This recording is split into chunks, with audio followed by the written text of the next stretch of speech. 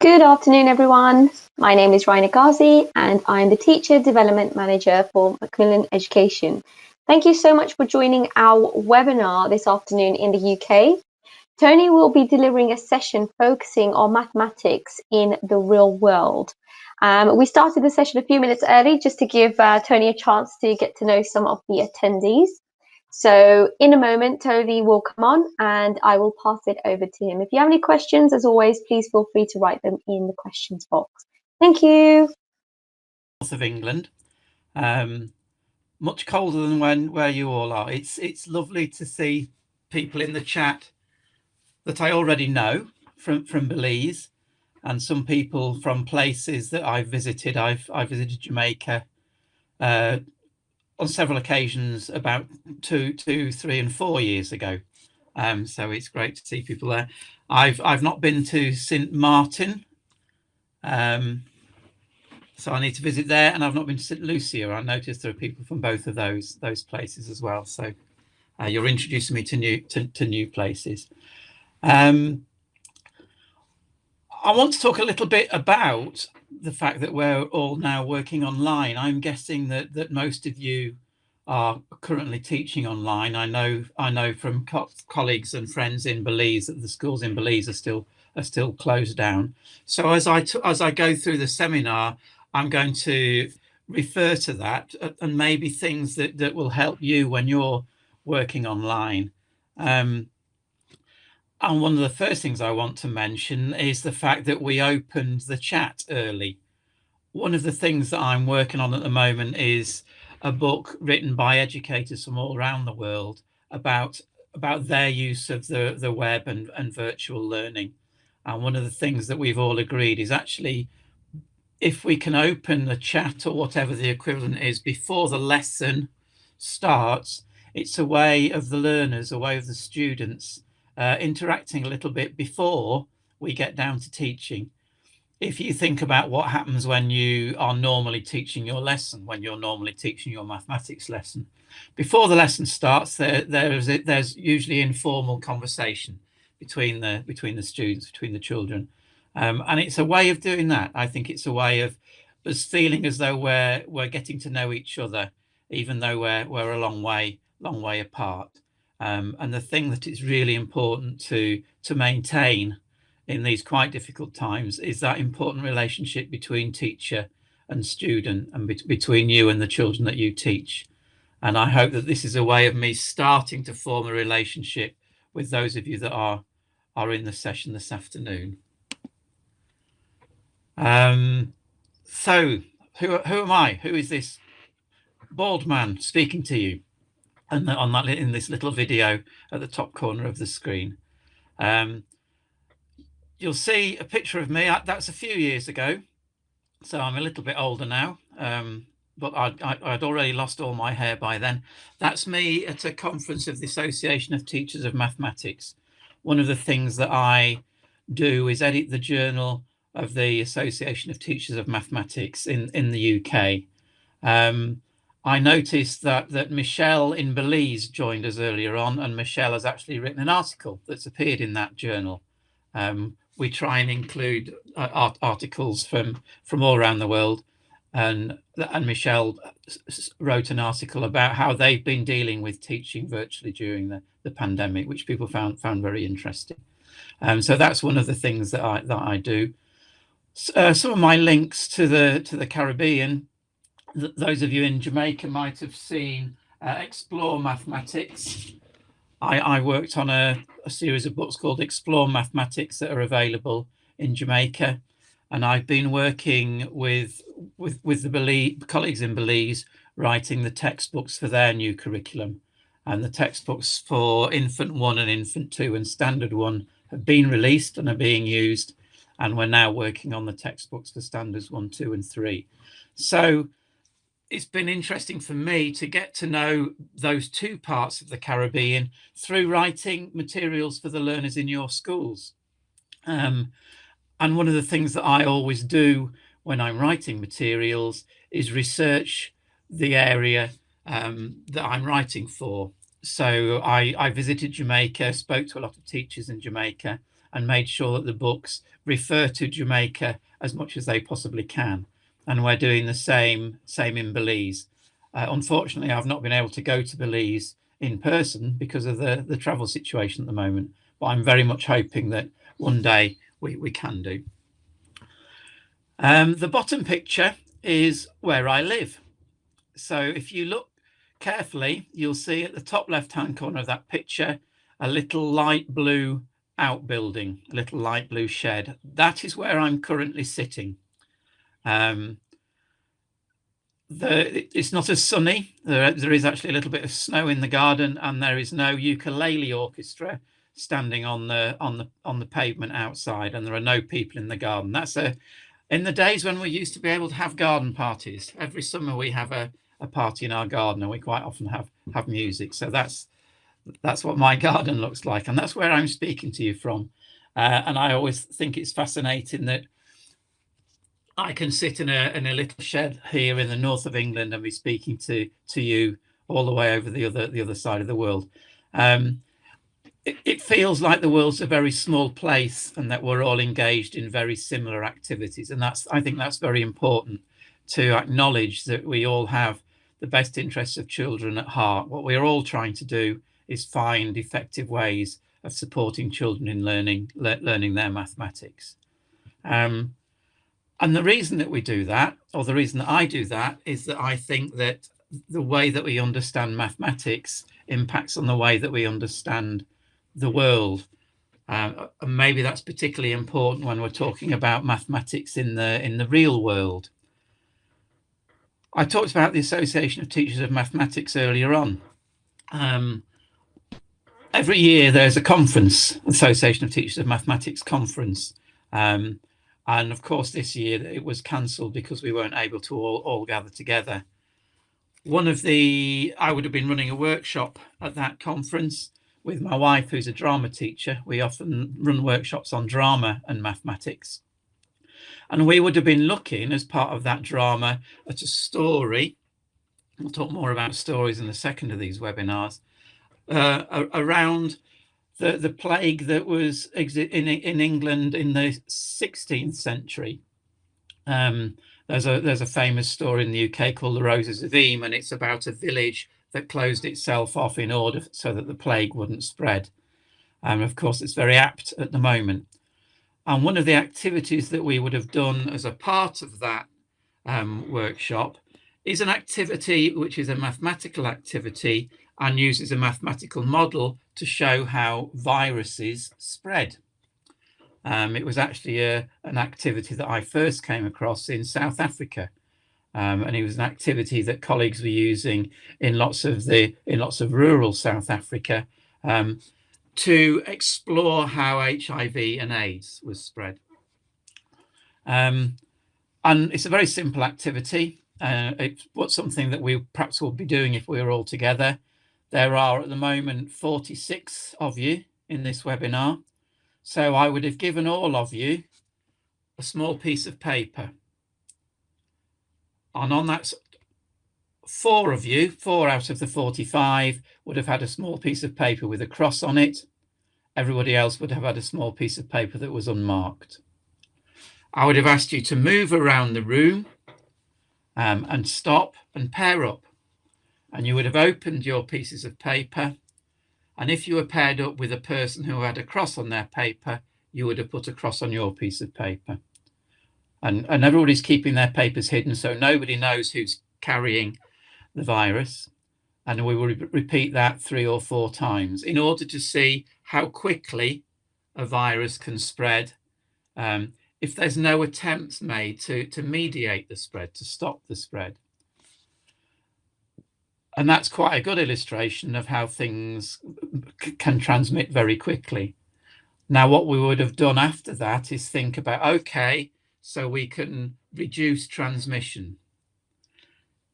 If we can reduce transmission by a half by social distancing, for example, what we then do is we repeat that modelling exercise. And this time, if the partner that you join up with has a cross on their paper, you roll a dice. If it's an even number, then the virus has been passed on. If it's an odd number, you've been protected by social distancing. And we can very quickly see how that affects the spread of a virus. I was speaking to my elderly parents today. I live just around the corner from my mother and father. My dad is 92, my mum is 86. And my dad was asking about how does the virus spread, because we can't see it. And he would have felt much more comfortable if he said, if I could see the virus and if I could see it on my hands and knew that when I washed my hands, I was washing it off, it would make a difference. But because I can't see it, it doesn't seem as important to wash my hands. I hope that you can see that perhaps by that kind of mathematical modeling activity, what you can do is persuade people that they can take some kind of action. So that's perhaps a way of how our understanding of mathematics impacts on our understanding of the world. The way that we understand the data around the spread of the coronavirus affects the way that we act. There's been some discussion all around the world that maybe countries who have leaders who understand science or who come from a scientific background have maybe made better decisions than countries that are run by people who don't have scientific backgrounds. There's something about understanding the science that helps us make good scientific decisions. So mathematics is that important. Mathematics actually affects the way that we understand the world, particularly when it's in a real life situation, which is what we're talking about today. So let's think about what these people who are good at mathematics can do. I just said that maybe if the world was run by mathematicians, they'd have made some better decisions. I suppose I would say that, being a mathematician myself. Can you think of somebody that you know who you would say is a confident mathematician? It can be anybody. It can be a member of your family. It might be a colleague. It might be another relative. It might be somebody that you teach. Might be somebody in the news. I want you to think of an actual person. When you've got thank you. When you've got that person in mind, think of the attributes, think of the skills that person has got. What can they do that makes them mathematical? And then what we'll try and relate is those skills back to this kind of idea of real life. So Karen is saying that the person they're thinking of is a good problem solver. And we have some really important problems to solve at the moment. Add some other things in the chat which maybe this person who's a confident mathematician can do.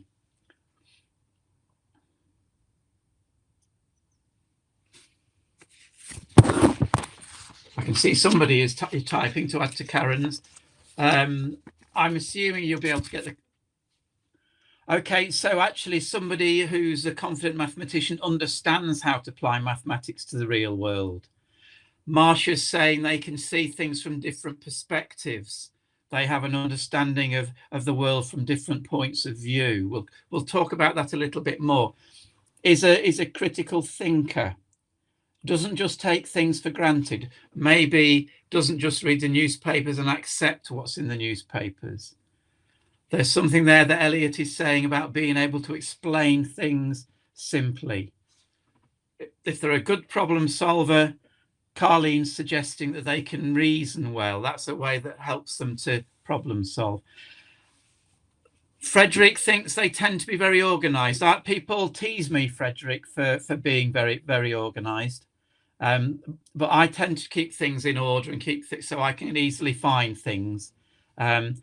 And maybe there's something about recording mathematically where we have to record things systematically that again comes over into real life, so that we, as well as recording systematically, we organize our life systematically.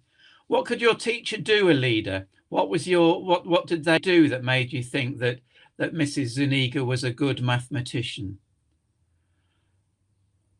somebody who's active. That's very useful. And trial and error. I think within that, Janella, is that we don't, somebody who's good at mathematics isn't scared of being wrong. They don't worry about making a mistake.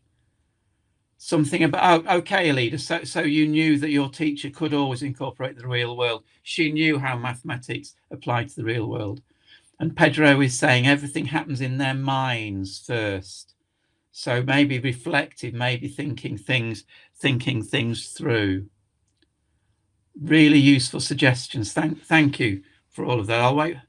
Yeah, so Frederick's saying again, using real life situations to teach, which of course is what we're thinking about today. I want to link some of those things to different views of mathematics from different curricula from all around the world, including curricula from the Caribbean. So the International Baccalaureate, which is a curriculum which is used all around the world in many different schools, they see mathematics as a vehicle to support inquiry. Several of you in that, after that question, suggested that somebody who was good at mathematics is good at problem solving. And what the International Baccalaureate sees is mathematics as a vehicle to support inquiry.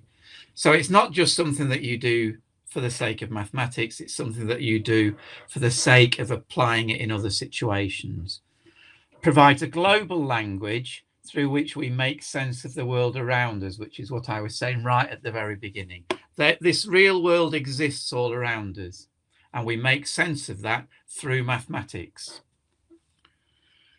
It's intended that learners become competent users of the language of mathematics and can begin to use it as a way of thinking, as opposed to a series of facts and equations to be memorized. So mathematics isn't about just remembering things. It's useful to have facts in our heads, then we don't always have to be looking them up. But actually, it's about how we use that knowledge. And then those of you that are early years practitioners may have come across Reggio Emilia, and that poem is kind of part of the underpinning ideas of Reggio Emilia. The child is made of 100. The child has 100 languages, 100 hands, 100 thoughts, 100 ways of thinking, of playing, of speaking. Somebody earlier on just talked about mathematics happening in the mind first. And that's thinking about very young learners and how they're thinking about the world around us. They have 100 thoughts about every little thing. They're not narrowing things down. They're still very open to new ideas. And I think one of those 100 languages that children have, one of those 100 ways to view the world, is mathematics. And if we work on mathematics, both in the real world and in other ways with them, they will become confident mathematicians, and they can use their mathematics to make sense of the real world. And there's an image of one of my grandsons. That's my grandson called Tate. Tate is 3 and Felix is 7. And I've also got another grandson who's 5 weeks old. He was born on Christmas Eve last year, all to our daughter. I've got 3 children. Holly's the oldest, and now I've got 3 grandsons. And one of the joys of my day actually at the moment is doing a Zoom lesson started off with just Felix every morning for maths, and now Tate wants a lesson every day as well because he thinks that's a grown-up thing to do.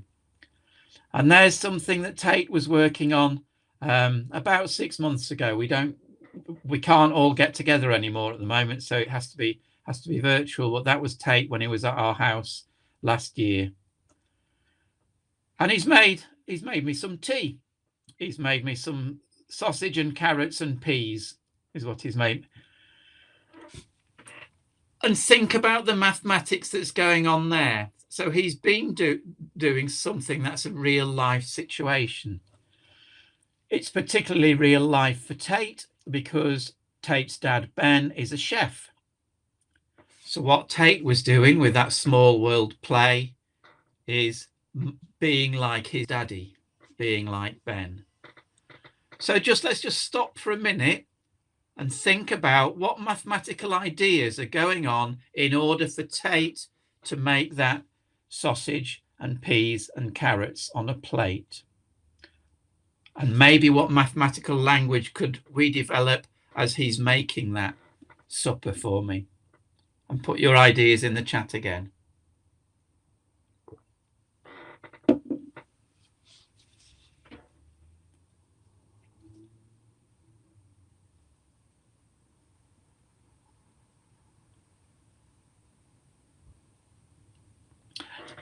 That's yes, Michelle. So, and then counting them. So first of all, he needs to make the sausages, and I was interested that there are more carrots and peas than sausages. So he has to think about, okay, I normally have 2 sausages. I was interested that he'd made 2 sausages because that's how many he normally has. Yeah, more than and less than, exactly, Michelle. So we were using that kind of language. So as well as counting, we were thinking of more than and less than. And isn't that important, Arlene, that what he's doing is observing and noticing things in his real life using mathematics. So he's noticing that he normally gets 1, 2 sausages, and then he can reproduce that.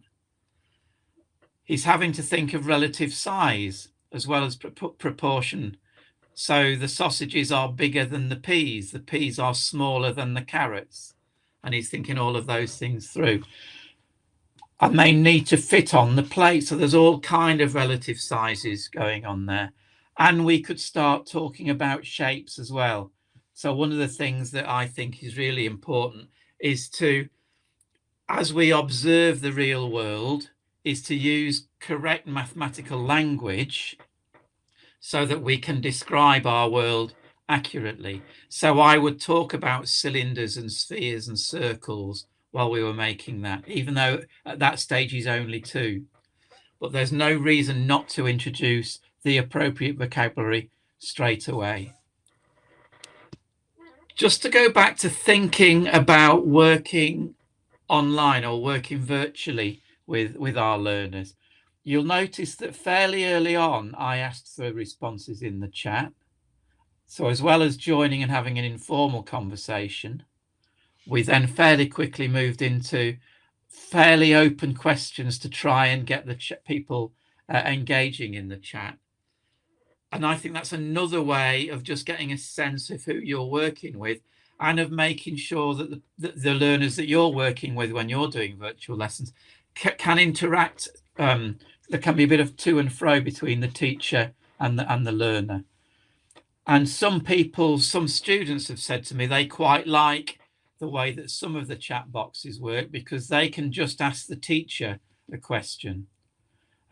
So this chat works by everybody seeing everybody's conversation. Some of the platforms allow people to send messages just to the teacher. So they could say, I don't really understand that bit, Tony, and I could save that to later, or I could respond, and nobody has to know who it was that didn't understand that particular concept. So that's maybe a good thing about working online. That's called a Wordle, and what I did was I inputted the UK curriculum, Jamaica, Belize, New Zealand, Australia, the International Baccalaureate, and the Cambridge International Curriculum, which are 2 international curricula, just to see what common words come out of those curriculum. And there's problem solving is dominant in there. Learning, understanding, thinking, developing thinking, different thinking, creativity and criticality towards the right-hand side. So you can see how that definition of, or that kind of summative definition of mathematics meets with some of the things that you were saying earlier on about what makes a confident mathematician. And I try to combine all of those curricula into what I now use as my definition of mathematics. So I think, and putting all of those curricula together, we use mathematics to explore and explain the worlds that we live in. So there's 2 ways that we use mathematics. We research mathematically on the world that we live in, and we can use that mathematics to explain to other people how the world that we live in works. And there are different sorts of real worlds. So there's our social worlds, there's our political worlds with the P in the, with a small p, and our creative worlds. So there are three different forms of real world, I think. And sometimes the real world is something that exists in our head and is creative. Our creativity is a different form of reality for lots of us. I think mathematics is about relationships, and that can be about relationships between numbers or relationships between shapes.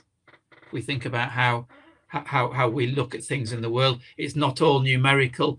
I'm looking out of my window now and seeing all kinds of shapes in the stone-built house, in the windows, in the chimneys. There's all sorts of different shapes, and we classify and generalize. That's when we're doing mathematics. We're classifying things and we're generalizing things, and we're solving problems. But I think that being mathematical isn't always about getting to an end point. Sometimes it's about the exploration. And one of the things that I think confident mathematicians enjoy is exploring things mathematically. They don't always need to come to a solution. If you think about the people who are doing mathematics in the mathematics departments of your universities, they will spend most of their time exploring and very little amounts of their time coming to a conclusion. They spend a lot of the time looking for new relationships between numbers, looking for new ways of explaining the world. And it's only once in a while that they will put all of that thought down into a paper to try and explain to other people what they've discovered. And I thought, in terms of thinking about real world mathematics and the Caribbean, I'd just take two extracts out of the two curricula that I know best in the Caribbean. So the Belize curriculum talks about students being curious, active learners with individual interests, abilities and needs. Effective learning builds on existing proficiencies, interests and experiences. And where do those interests and experiences come from? From their real worlds. So a good teacher will allow students to be curious, and a good teacher knows how to develop that curiosity, how to ask interesting mathematical questions that build on their understanding of the real worlds. And that also a good teacher can make connections between the mathematics that they're doing in the classroom and real world situations that are familiar to the students they're working with. And you are in the best place to make those connections because you are in the similar real worlds to your students. Although, of course, we must always remember that a student's real world, a child's real world, is very different from an adult's real world. They see it in different ways. And the real world that they will inhabit when they are the same age as us will be very different from the real world that they inhabit now. So we need to make sure that we follow their lead on occasions in deciding what real world situations to look at. The Jamaica National Standards curriculum says something similar. As the ability to communicate demands a level of understanding of concepts within the range of one's real life experience, not only must every effort be made to establish clear understanding of previous knowledge, but to introduce new concepts in the context of real life experiences. So both of those curricula talking about making connections between the real world and the mathematics that's existing in the classroom. Want to think about how we encourage children to ask good questions so that then they can become curious, so then we can connect things to the real world. So I will step back a little bit from the real world, because one of the things that we have to do is develop language that will allow them to describe the real world. I'm going to write a number on this piece of paper.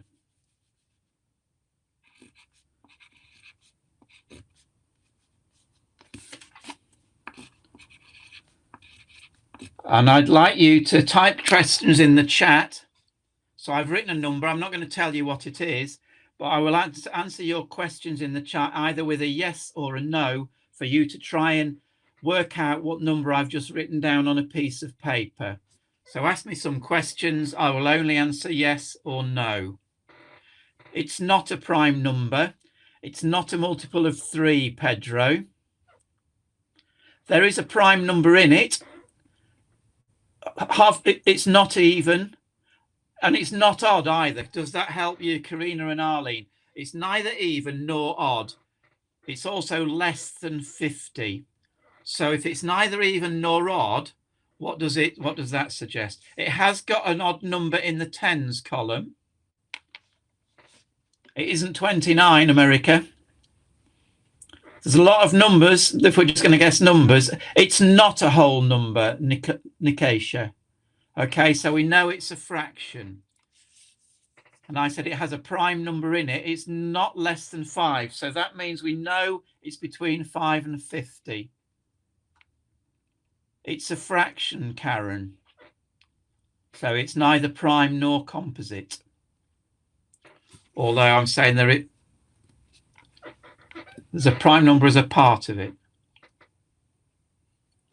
Okay, so we know it's a fraction. How can we narrow down a fraction? The denominator is less than 50. Good question, Kendra. The denominator is less than 5, Arlene.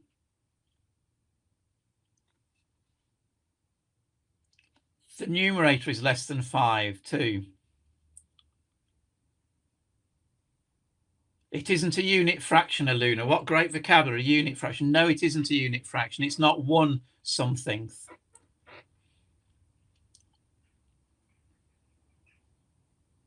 So, any more questions? The numerator isn't 2, Kendra. No. It's less than 5, but it isn't 2. The fractional part is 3/4, Arlene. I'll give you a clue. It's a mixed number. So the fractional part is 3/4. And now you need to try and find the whole number part. And we know that that's between 5 and 50. It's not 5 3/4, Nikesha. It's bigger than 5 3/4. It's not 40. Is the world a factor of 10? No, it's not a factor of 10. The whole isn't a factor of 10. No, the whole number is more than 10, though. The whole number is more than 10. So it's between 10 and 50. Smaller than 23 3/4. It is less than 20, Luna. So we're getting, I'm sorry if I'm saying some names wrong. It is 15 3/4, Karina. Okay, there you go. Brilliant, well done. One of the things that I enjoy is activities like that, which I can do with any aged students. So I've played that game in kindergarten, in infants, in juniors, in secondary schools, and I've even played it with very complex numbers at university. And you develop different kinds of vocabulary. But can you see how what you were starting to do was learn how to ask good questions? So it's no point just guessing what the number is, because it could be, like, as I said, I think during the activity, there could be an infinite number of questions. I think it can, Vanessa, and it can be used to introduce any kind of lesson. And you can do it with shapes. You can do it with any concept. But the key is that what you do is you hear the vocabulary that your students are using. You can introduce new vocabulary. So I use the word mixed number. Other students will hear their peers using mathematical vocabulary. So it both develops vocabulary and it develops questioning, which then allows students to describe their real world. So we were talking this morning about how Tate gets frustrated sometimes as a 3-year-old because he hasn't yet got the language to describe how he's feeling about things. He hasn't got the language to describe how he feels about just having a new little baby brother. they're also moving house at the moment. So he gets frustrated because he can't describe things. And mathematics is the same. We need to find ways of introducing vocabulary. It does check students' understanding of vocabulary, and in kind of a non-stressful way, I think, Nikesh, doesn't it? Because it's moving so quickly, we check the understanding. So alongside talking about and developing language in the real world, we need to develop questioning skills as well. Here's another way that children's real world can be tied into imaginary real worlds. This is from a website called UCubed, but it's the sort of activity that I've stolen and put in many books. We all steal each other's activities. In fact, I'm not sure there's any such thing as an original activity. I was using this in the first lockdown when I in the UK, when I on our second one, when I was working with Felix, then age 7, and some of his friends. I was using small groups on Zoom. And again, I think if you can set up smaller groups of children to work together, you get a very different way of understanding things. They can still talk to each other like they would do in the classroom. And what I was asking Felix and Evie, his best friend, to do was to make me a parade of animals. And they had to make me a parade with 16 legs. Now, the nice thing about this activity is there is a snail with 0 legs, and then there's 8s and 2s and 6s and 4s. So there's lots of bonds to 10 there as well that they could use if they want. Now, what I was fascinated by was that very quickly, what Felix and Evie did was start inventing animals. So at one stage, Felix said, "I've drawn a moosestrich. And a moosestrich has got 8 legs, 6 legs, because there's 4 on the moose and 2 on the ostrich." And they started combining the animals and then counting up the legs. And that was a way of their imaginary real world and their playful real world impacting on their mathematics. And we need to find ways of doing that if we can, allowing children to be playful like they are in their real worlds. Young children's real worlds are playful. They're playful places. And we need to try and find ways that the mathematics can be playful so they understand that mathematics can be playful as well. So that's Felix. I told Felix this morning that lots of people in the Caribbean I'd be talking about him. He was very excited. He said, "Does that mean I'll be famous?" And I said, "It does, Felix. Yes, it does." And there you can see him involved in a very much real world situation.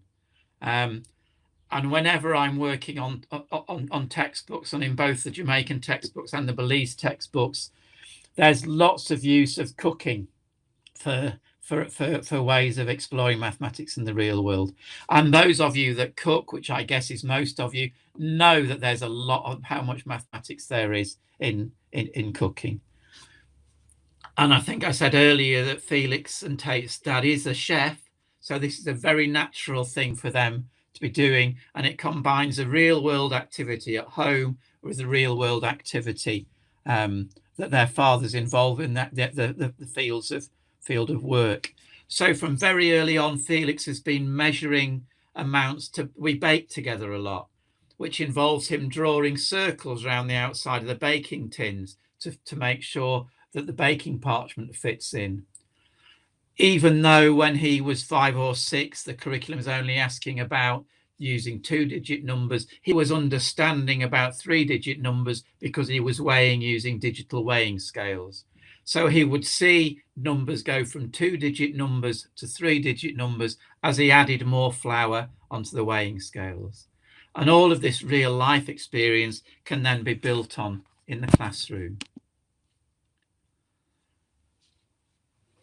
I'm going to quickly go through a few slides which just look at the different areas of mathematics and how the real world can come into that in different ways. When I was running the workshops for Belize earlier on, so Michelle, who's just put a smiley face up, will recognise that photograph. I was talking about shape and space, and I just asked people to send me photographs of the shapes that they could see around them. And again, I think one of the things that maybe you can do when you're working virtually with children is, if they have access to being able to take photographs and send you photographs, they can send you photographs of mathematics that they can see in the real world. So they may be seeing numbers in their real world. They can be seeing shapes in their real worlds. And then we can be having conversations about the shapes that we can see. The shapes on the left-hand side, Felix has been using those magnetic, they're called magnetic polydron, that magnetic modeling material from when he was very, very young. And that was an imaginary city. So one of his real worlds is in his head, is imaginary, and he'd built an imaginary city. The biggest dome is a sports stadium. The cubes are houses. And the other shapes are hotels, a small hotel and a big hotel. But he used all sorts of mathematical language to describe those shapes. And again, just to reiterate about always using the accurate mathematical language. So we were talking about equilateral triangles and regular pentagons and cubes and cuboids. I'm not going to do this activity because I'm noticing that the time is going on. One advantage of looking for triangles in the real world is that you won't always see an equilateral triangle. One of the things that I often ask children to do is I'll ask them to draw me a triangle. And very often, or almost always, the sort of triangle that somebody will draw will be an equilateral triangle, because that's the first sort of triangle that they've been shown. Whereas, of course, there are all sorts of different triangles. And I talked earlier on about generalization. If I say draw a triangle, and then I ask them to draw a different triangle, and then draw a different triangle, and then draw a different triangle, they suddenly start to realize that I'm not asking for one answer. It's not that I haven't got a fixed answer in my head. I'm interested in the sorts of triangles they can draw. And the generalization is the threeness of triangles. It's not an equilateral triangle. It's to do with having three sides and three angles. And then we can create things in the real world by taking pieces of rope outside, and we can make me an equilateral triangle. You can see the children there holding the rope. Make me an isosceles triangle. Make me a right-angled triangle. And the children have to give each other instructions about how to make the shapes. And that's very much a real-world activity. And then we could go for a triangle walk and find triangles in the outdoors. Maybe going back again to thinking about working online. One of the things that I did with Tate earlier in the week was use a pin board and elastic band so he could make triangles on the pin board. And then I asked his mum, I said, go for a walk this afternoon and send me photographs of triangles that you can see, so that it wasn't just me doing a lesson for an hour online. It was an input that then asked them to do something, carry on the activity on their own. Thinking about algebra. That's a friend of mine called Sam and his wife Kate, and that's at a book launch for a book of mine. I make people do maths at when I launch books, although you can see that I think there is a glass of wine there in front of Kate. Balancing, weighing things in a balance, is very much a real world activity, and it can be linked to cooking. But if you think about what happens when we balance things, what we're doing is beginning to think about algebra. So I'll ask children, so can you record what you found balances? And they might draw two model cars in one box, and then in another box put 4 coins, because they balanced when they were doing that balance activity. And I can write an equals in between. And we could even write 2 cars equals 4 coins. So we're starting to write equations. So algebra, which feels like the most abstract of things, actually is something that we do use in our real life when we're balancing, when we're talking about things being the same. That's an activity from one of the Explore Maths books. You'll get the presentation, so if you want to have a go at that, you can. Unfortunately, there isn't time to do that now. Thinking about data handling. And one of the things in real life is to encourage children to start to develop their own ways of recording things. So the children on the left they don't look all that happy, do they? They were honestly happier than that. What they're doing is forming a human bar chart. So along the front are months, and they're sitting down in front of the month that they were born in. So you can see that the little boy with glasses was born in February, January, February, March, April. And then we could start to think about that. And you can see on the right hand side, again, real life, you can just about see it says laps. So that was young children trying to decide how they could be fair in using the bicycles to play outside. And they decided what they'd do is keep a record of how many laps each person had done.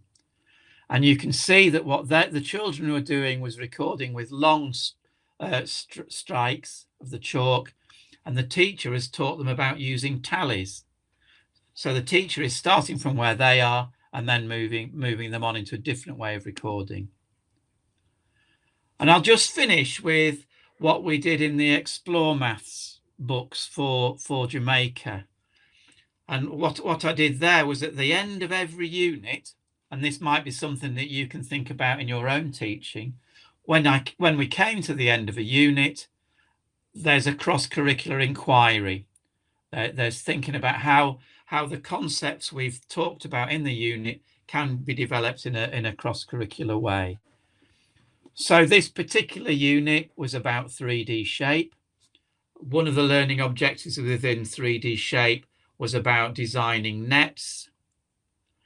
And what the cross-curricular inquiry does is say, you're going to design some nets for things that are on the table. So they use their skills, and I would actually set that up as a role play.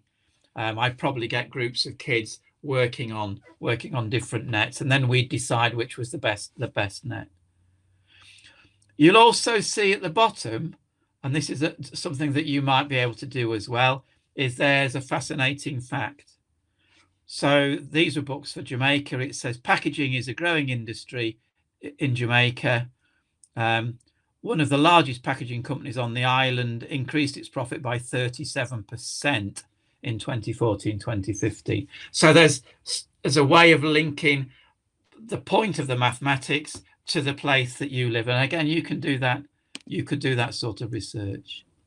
Looking at symmetry, and then starting to look at symmetry in flags and designing flags and thinking about the flag of your island or your country and where that comes from. And is it symmetrical? And again, the fascinating fact. And then something about biggest and smallest. So this is a number at the end of a number unit, and how important big numbers and small numbers are, because we're able to describe the world through the biggest and smallest things that we know.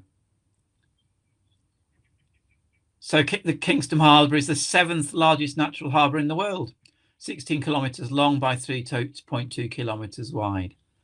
And one of the things that I might want to do straight away is do a scale drawings of that and see how we could research how it's grown. And you can imagine how you could do a similar thing, whichever country that you're in. And I wanted to leave time for questions. I think Rainer asked me to leave a quarter of an hour for questions. We've got 10 minutes. I've overrun slightly, but there's 10 minutes for any questions from you. So it'd be lovely to get some questions.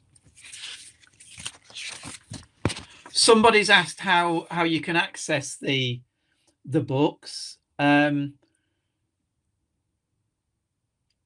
Rainer might be, you can probably buy them directly from Macmillan. I would imagine that the Explore Mathematics books for Jamaica will be in the Kingston bookshop, which I visited when I was over. I'm sure they'll have those in the Kingston bookshop.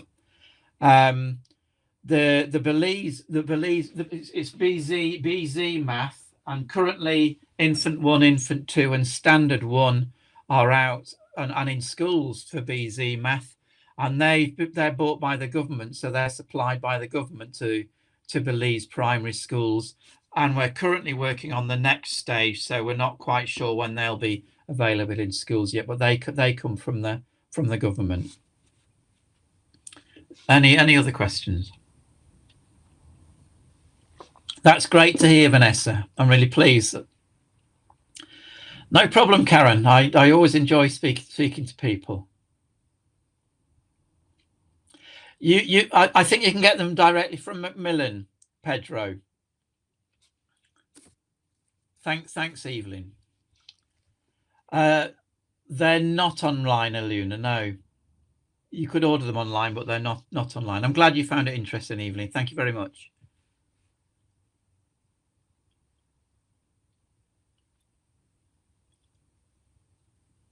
It's very important, Evelyn, isn't it, to be hands-on? It's the same thing about talking about that children are playful in their real world. Children are very much hands-on in the real world, and we need to try and model that. And that's maybe been one of the difficulties when we've moved to working online, is to make sure we can stay hands-on. So, I mean, a personal example, I'm having to work through the textbook that's provided to the school that Felix goes to. He's working on money at the moment, and he was really struggling because it's all just on a page. So what I said to his mum yesterday, I said, can you get me, and I wanted her to get me the equivalent of, in UK currency, a £20 note, 2 £10 notes, 5 £1 coins, 5 50-pence coins, so that he actually had coins to work with. And the first thing we did this morning is I just said, mate, you're going to give me £5, Felix. How will you give it me? And he said, a £5 note. And I said, how else could you give it me? And he said, 5 £1. How else could you give it me? So it was asking that question again, how could you do it differently? How could you do it differently? And because he had the coins, it actually made a lot more sense to him.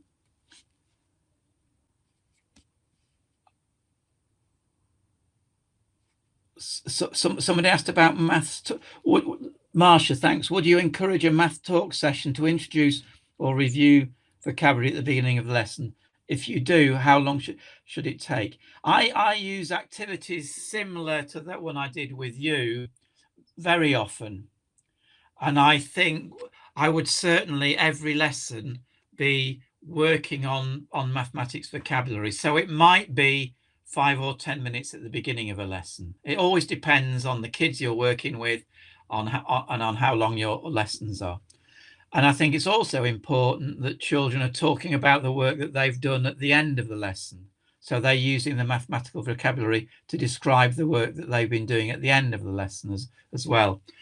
And even as the lesson is going on, if somebody has a good idea as you're moving around the classroom, get them to share it at that point.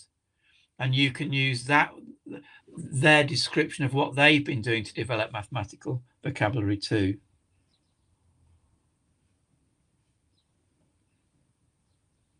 Any more questions? I'm not quite sure what you mean, Thomas, by characteristics of the teacher guide. Can you explain a little bit more about what you mean?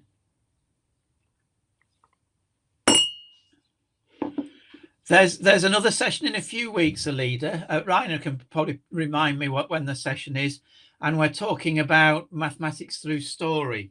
I think in a way story is another kind of real world. I read a lot and I'm taken into other worlds, and so we're going to read, we're going to think about how stories can introduce mathematics as well. So I think Rainer will maybe at the end, Rainer can tell you how to join the next session. Oh, great. I'm glad you signed up, Alida. I will look forward to seeing you.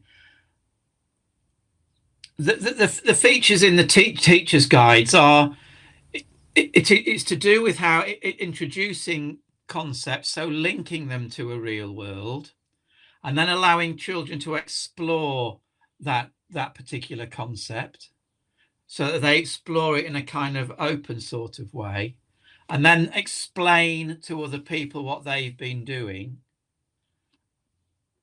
and present at the end how they know they're right, really, how they know that they're correct in what they're doing.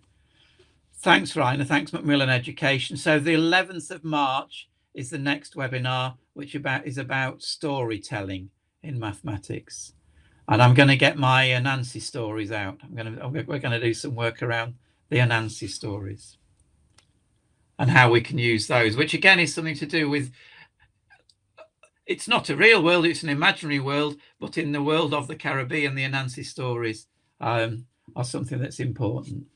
So it'd be great to see as many of you as possible. Are there any more questions?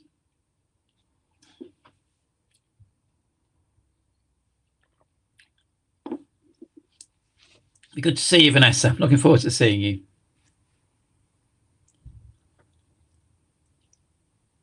I'm wondering if Nikesha's got a question. Is that right? That's why she's written wait. Thank you, Infanio. I'm glad you enjoyed this. I'm getting the sense that perhaps there aren't any more questions. I don't know. Do you want to come back on again, Rainer, and just sum up? Session. Tell people about the next session. Definitely. I can see a lot of the attendees have been super engaged in your hands-on activity. So thank you so much, Tony, as always, for a fantastic session. And to the attendees for also interacting, because it really helps our teams and our authors and consultants feel like our attendees are engaged in the session. So thank you so much to the attendees as well for being super interactive throughout the session. As Tony mentioned, he will be delivering hopefully a great session in a couple of weeks, focusing on storytelling in maths. You will be able to receive further information regarding upcoming webinars. So as I mentioned earlier, please do look at our website for upcoming webinars, also home learning content. And if you would like to know about our resources, please just email us and we'll be able to direct you accordingly based on your region and our resources as well. So for now, thank you so much to Tony and thank you to the attendees, and we look forward to seeing you in an upcoming session soon. Take care, everyone. Bye. Thank you, everybody. Thanks very much.